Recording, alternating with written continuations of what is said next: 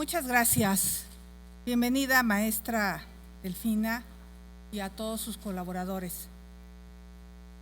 Yo traía aquí un impreso, pero después de escucharla, maestra, yo quisiera decirle que realmente hay que dimensionar la magnitud de la tragedia en materia de salud por el COVID, pero también la magnitud del desastre educativo.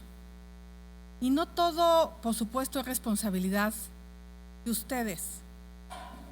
Aseverar que en 50 años no se había hecho nada en materia de infraestructura, maestra, me parece muy osado y poco apegado a la verdad.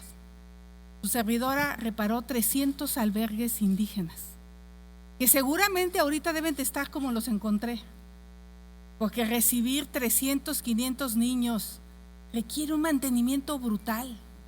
Baños, regaderas, tazas, camas, o sea, porque el ser usados de manera sistemática por niños, quiero pensar en el albergue de Sogocho, que lo dejamos impecable, pero seguramente están vueltos a quebrar las camas, los baños, y se asignaban cientos de millones de pesos.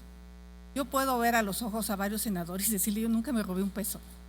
Claro que hay que cuestionar la corrupción, pero decir que no se hizo nada en 50 años, maestra, no estoy de acuerdo. Es un pretexto sistemático de esta 4T de culpar al pasado de todo y de no asumir su propia responsabilidad. La pandemia nos toca en un momento muy complicado. Producto aparentemente de la corrupción, que tampoco veo a nadie en la cárcel, se canceló un contrato de 100,000 conexiones de internet, entre ellos la red de investigadores de la UNAM y de todas las universidades y de todos los institutos de investigación. Se canceló. Y se propuso crear internet para todos. Para la fecha, está usted hablando de 9,000 escuelas. Había 100,000 conectadas. Puede ser que hubiera corrupción. Puede ser que hubiera escuelas que no estaban conectadas, cosas que no existían, pero la verdad es que funcionaba bastante bien esta red de alta velocidad de las universidades que hoy no la tienen. Y por supuesto que quedaron desconectadas. Aquí estuvo el secretario de Comunicaciones, varios compañeros estuvieron conmigo, donde reconoció que hay problemas para que la empresa de CFE pueda llegar hasta los últimos rincones como se había establecido. O sea, no es tan sencilla la última milla. Se minimiza técnicamente y se decide que ahora lo va a hacer el gobierno, y a la fecha de hoy CFE no ha podido resolver esta problemática de conexión. Y nos toca la pandemia en un momento difícil. Soy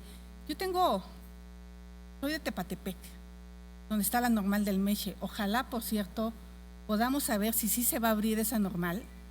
¿Qué se va a hacer con la escuela politécnica para poderle regresar el casco que se ha ofrecido al Meche? Porque ahora hay una escuela politécnica y se les ha ofrecido que se les va a regresar el casco, pero yo no veo los recursos para construir el plantel de la otra escuela. Pero ojalá también ese es uno de las preguntas que yo quisiera hacerle. ¿Qué va a pasar con la normal rural del Meche si efectivamente se va a volver a abrir? Pero regresando a nuestro tema, por eso estoy llena de maestros en la familia. De hermanos, de primos, de Panotla, en fin. Y me explicaban cómo dan clases. Dificilísimo. A través de WhatsApp. Y los que les tocó primer año, pues, el 90% de los alumnos no aprendieron a leer. Porque enseñar a leer es algo muy complicado que requiere prácticamente la presencia. Entonces, maestra, yo más que nada quisiera que nos dijera cómo vamos a resolver este problema. ¿Qué herramientas va a tener el gobierno más allá de los insumos médicos, de las pruebas COVID que necesitamos, de la segunda vacuna de CanSino para los maestros, de darle un enfoque de educación intercultural, como bien lo ha dicho nuestro compañero, a la educación? Porque desaparecimos la Dirección General de Educación Intercultural Bilingüe, porque la idea no solo es educación para indígenas, es justamente educación para los no indígenas, para que puedan entender el concepto de interculturalidad. Las escuelas, las universidades interculturales están súper precarias. Entonces, creo que aquí el tema es qué va a hacer la SEP para poder resolver este desastre que sí, efectivamente lo provocó la pandemia, pero también lo provocaron una serie de decisiones. Y yo tengo que ser muy sincera con usted, maestra.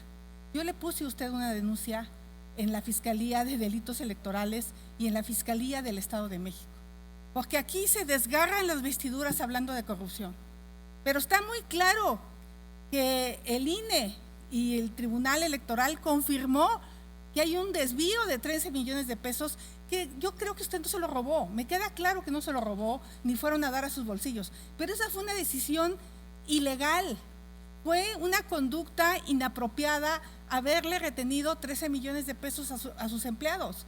Yo le pregunto, maestra, ¿no debería de separarse del cargo para que puedan estas instituciones hacer una investigación seria y que haya castigo para este tipo de conductas?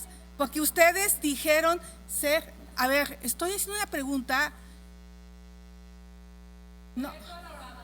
No, simplemente le estoy preguntando como titular de la SEP si no debería de separarse del cargo para atender estas denuncias que aquí frente a usted le digo que yo personalmente a nombre de varios senadores pusimos. Porque si hablamos de corrupción, creo que hay que hablar de todas las corrupciones. Muchas gracias.